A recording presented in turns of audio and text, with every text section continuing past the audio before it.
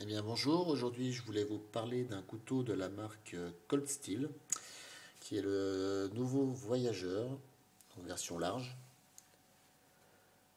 Donc couteau pliant avec un système d'ouverture, donc avec un petit bouton ici que l'on pousse.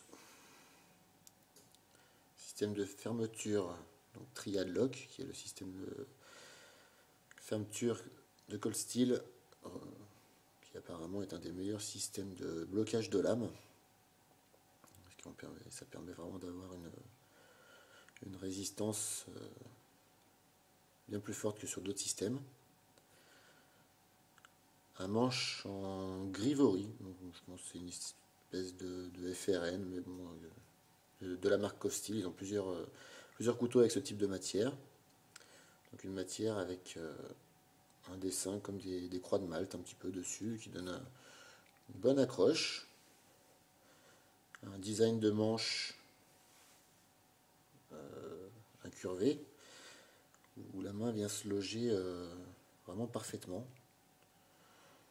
Mon petit regret, c'est qu'ici, il y a des encoches pour normalement servir d'appui sur le pouce. Elles ne servent pas grand-chose, honnêtement. Ça glisse. Mais, sinon, la prise en main est bonne. Donc voilà, c'est ça. Pour plier la lame, le système lock-back à l'arrière.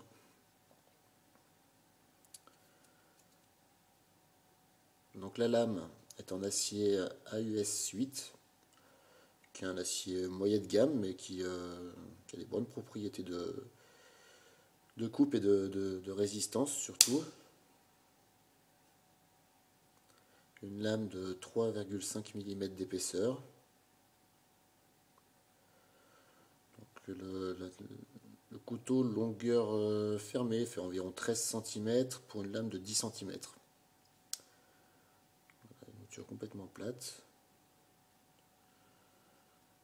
Donc, on voit que la lame devient beaucoup plus fine à partir de la moitié de la longueur de la lame.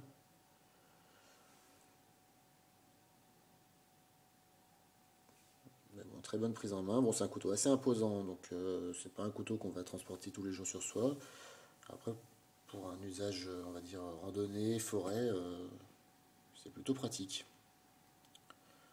Pour vous donner une idée de la taille, on va le comparer ici avec le RAT 1. Vous voyez, le RAT est quand même un peu plus petit. Bon, ça, je ne fais pas de vidéo là-dessus parce que c'est vrai que c'est quand même un couteau ultra classique qui, à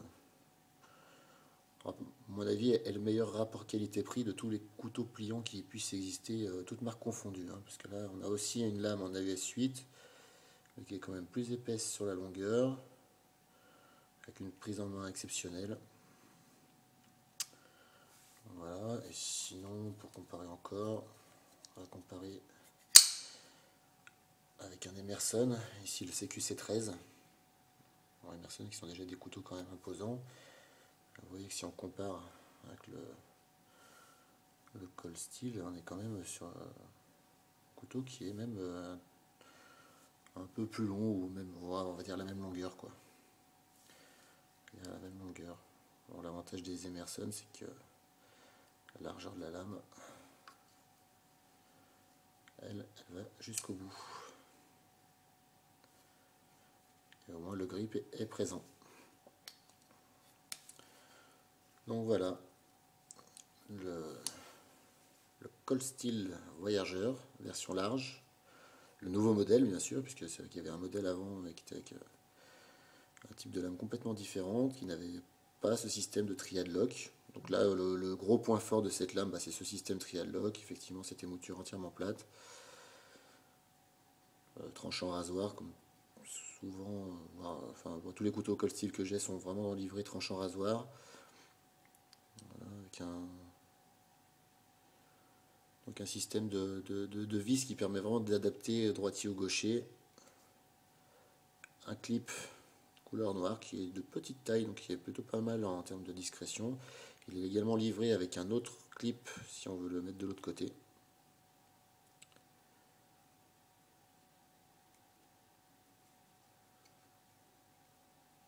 Donc un couteau qui coûte environ dans les 50 € à peu près.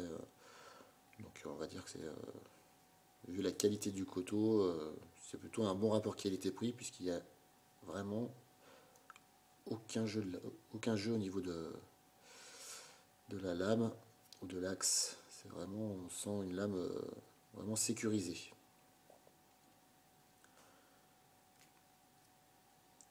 Voilà, le Cold Steel Voyageur, version large. Merci.